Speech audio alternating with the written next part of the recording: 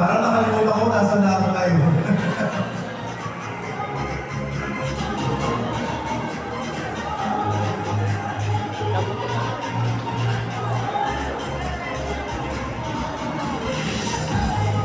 Thank you very much once again. Di makakalimutan ang Exnado.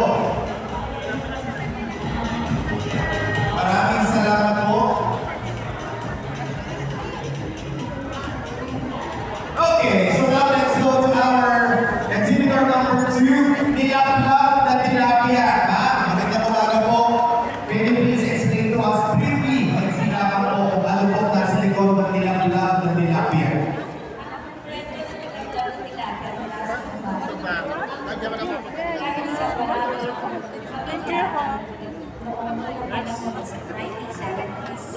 Kaya ang Nilap-Lap ay ulam ng isang pamilya na marami. Kaya siya po maraming ilog, sa Espal, at maraming nabubuong isda sa ating dawa. Ginawa siya sa nanay. Ngayon po ay siya ay nagluto para kami kaya siya ang ulam ng isang pamilya para siya po ay nilalagay may luyat nila para nilalagay sa iba ng mga palangka. Pagkaraniwan niya yung sinapya ay nagkatari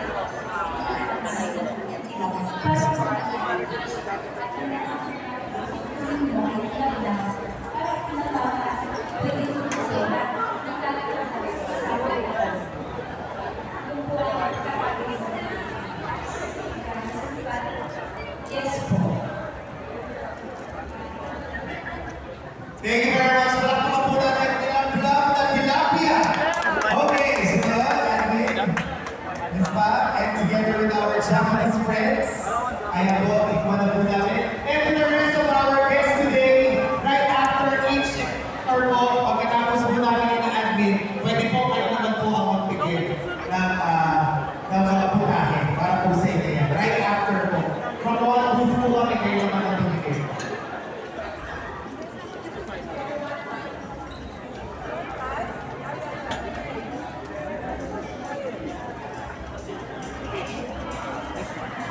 Okay, again, Nilap-Lap na Tilapia.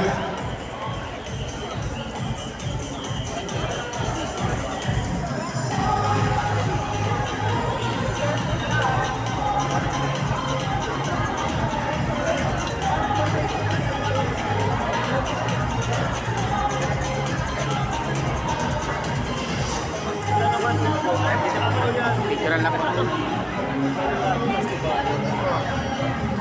Sana all, sir.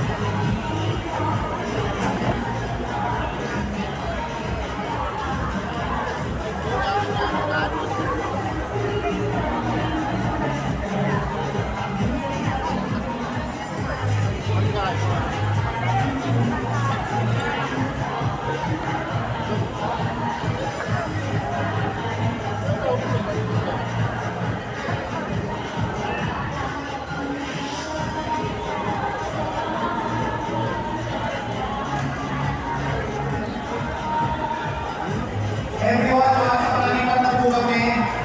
Pwede na po kayo mag-tasting sa aalisan po namin booth. Okay, so once again, Nilap-Lap na Tilapia. Let's now go to our Pinaybe Himon Palakpakin. Ano? Ayan. Ma'am, Nakakain may ka na ba? experience na na-shirt lang po, nanay. Ano po ang Pinaybe? Kasi dilaw. Yung nandiyan siya po.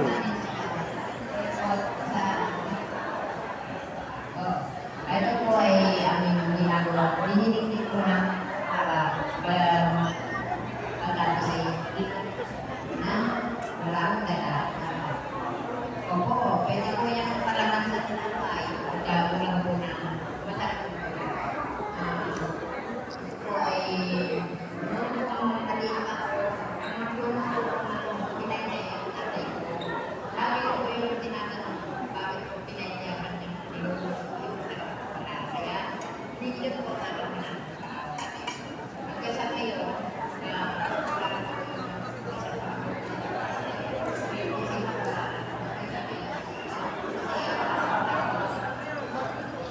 Thank you very much, Tatay. Para po sa inyong pinaitin. So before we know, yan ganyan, pwede sa mangga, pwede sa singkamas, pero this time, pwede siyang ipalaman sa tinapay. Okay. So I think it's about time to taste it. Pinaitin. Palakpakan mo natin ang pinaitin.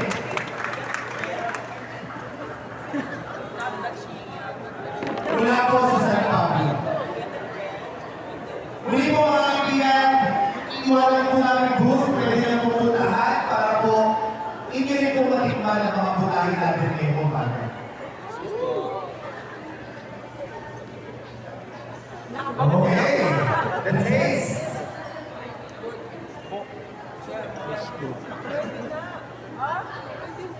Pwede po? Pwede po lang. Later tayo. Again po, please, make sure na makikita niyo po lahat and please share the good stories, the flavors, not only here in Laguna, but to the world, right?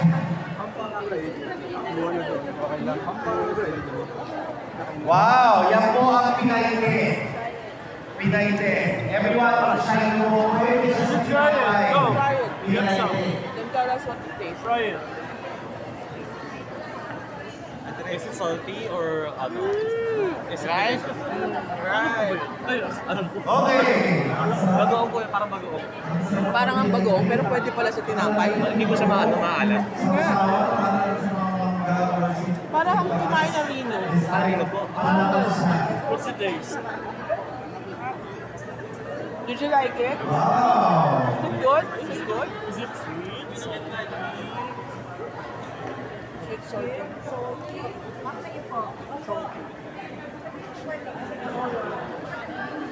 Siguro mas masarap po ito kung mas mainit yung pandesal. Ako sa mainit na pandesal, mas masarap siya. Thank you. Pinaitin ang San Pablo. Maraming salamat po. Palakpakan po na natin mga kaibigan Pinaitin ang San Pablo.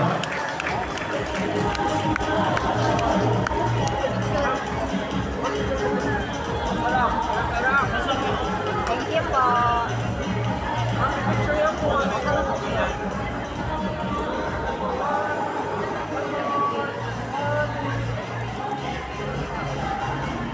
Okay, from Pinaitin, let's now go to another booth.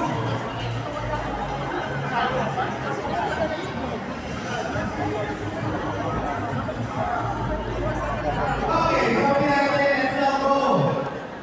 Tumadobong bakas sa gata na nagaling sa pagsadhan. Sir, magandang umaga po. Thank you very much for sharing with us your recipe. Tell something briefly lang po about tumadobong bakas sa gata.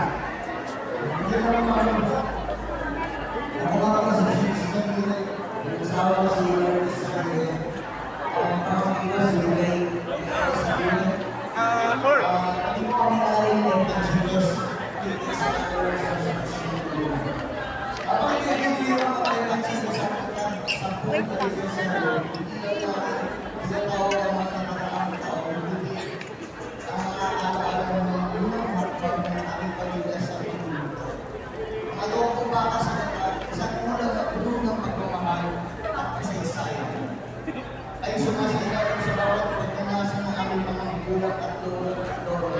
Nalulungan ang aming sarap ng pagkain mula sa siking sapa. Sa bawat usaran ng kata, tiraso ng baka, nararamdaman namin ang init ng tahanan at mga kwento ng mga magulang nagsisipin saksi sa ulo ng mga pamilya. Alam mo na ang mga ipupula sa isang generasyon patungo sa saksi. Tulad po ng sabi ni Mama, food has always been at the center of family life. That's why our family has been part of the food industry for years. And we have multiple establishments not only in Laguna but also in the Metro Manila. So we just wanted to share a bit of that love and tradition with everyone. Since we are celebrating our 10th year anniversary po this year, sa October po, since we are celebrating our 10th year anniversary this year, we are bringing po some heirloom recipes po with a twist for Philippine Mexican food. Yes po. So isa po ito sa mga na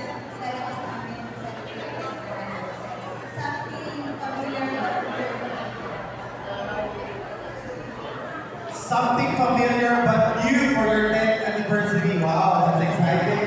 Thank you very much. So, let's all together indulge ourselves for adobong baka sa gata. Ang adobong baka sa gata, Biryataco. Okay, so Alvin, please do the honors. Wow! Again, sumahan po natin ang Panchitos 10th anniversary this year. Something familiar and something new. Wow. Big words.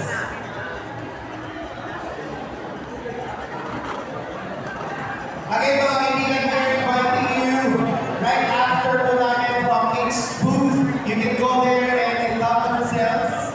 Pwede niyo itong tikman para po kayo mismo makapagsabi ng love food, love Laguna.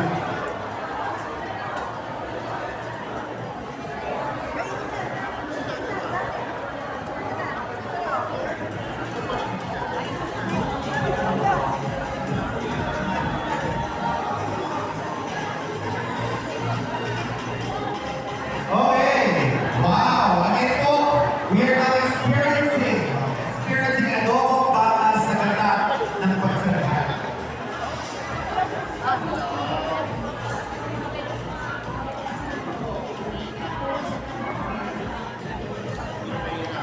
Masarap din.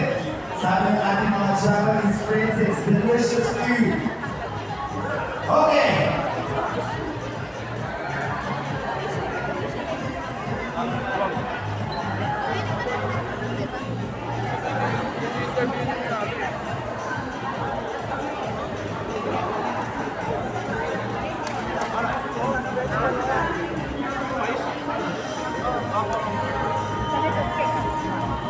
Thank you very much po. Once again, and Panchitos, happy 10th anniversary.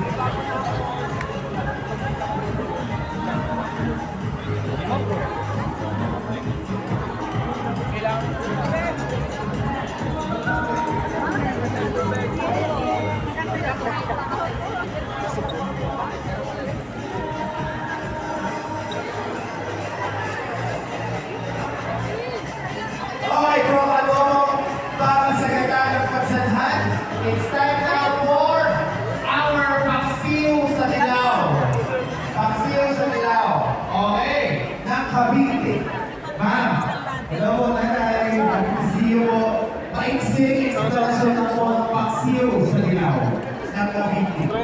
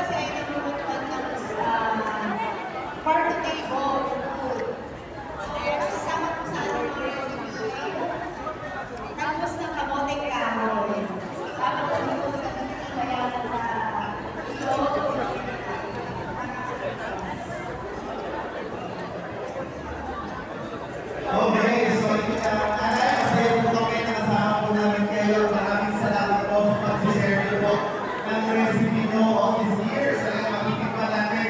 So I will inside now para po tikman natin ang paksiw sa dilaw. I mean, kaya ba? Ang sarap lahat. Okay. Ang maganda po dyan, it's actually made out of yellow ginger, right? So it's really healthy.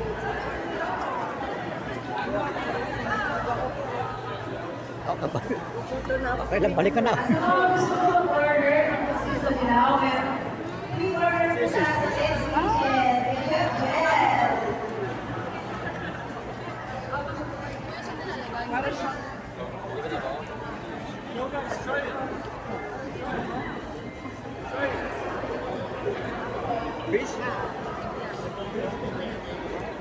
let's check. What's that? Yeah, it's a fish. Okay. It's a small fish. Let's check. Let's try. Na may suka at gata. So, thank you po. Ano po yan? Talagang biniwas po yan sa kabinti. Soda, try this one. Okay. White flour. So, Wow, ang sarap. Ang sarap niya, paksiw sa dilaw.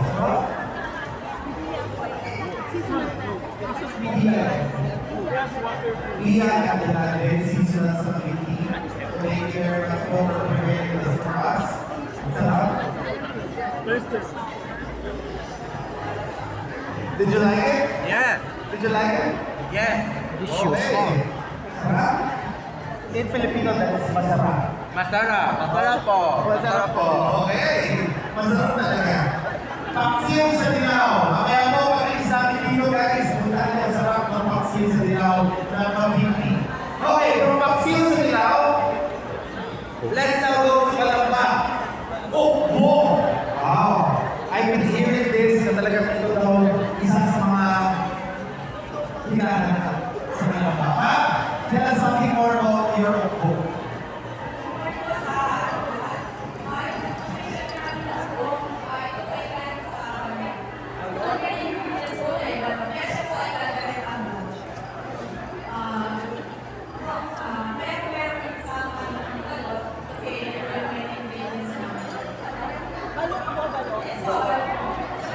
One day old.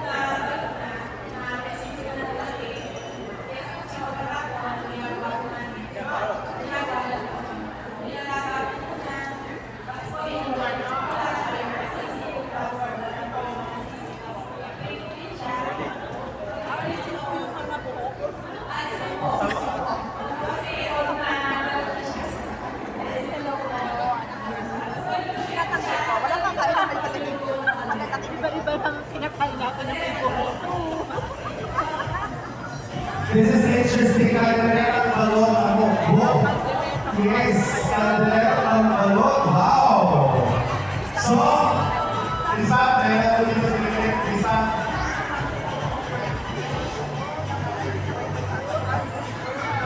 Wow! Wala na ako siya.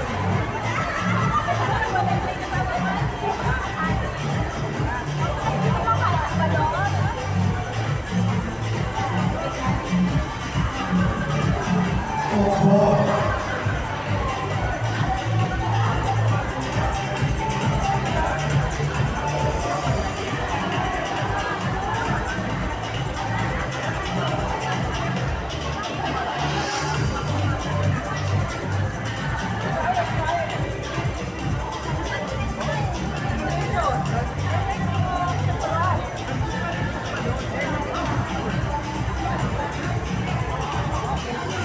Ang sarap din. Grabe, what an experience, ha? Ang sarap na Okbo ako. Thank you very much po. Again, guys, encouraging you to visit its food booth. Iba't ibang experience bawat lamesa. Dito lamang po yan sa kanilang Festival 2025, Hapag Kailan. Culinary feast, it's truly a feast.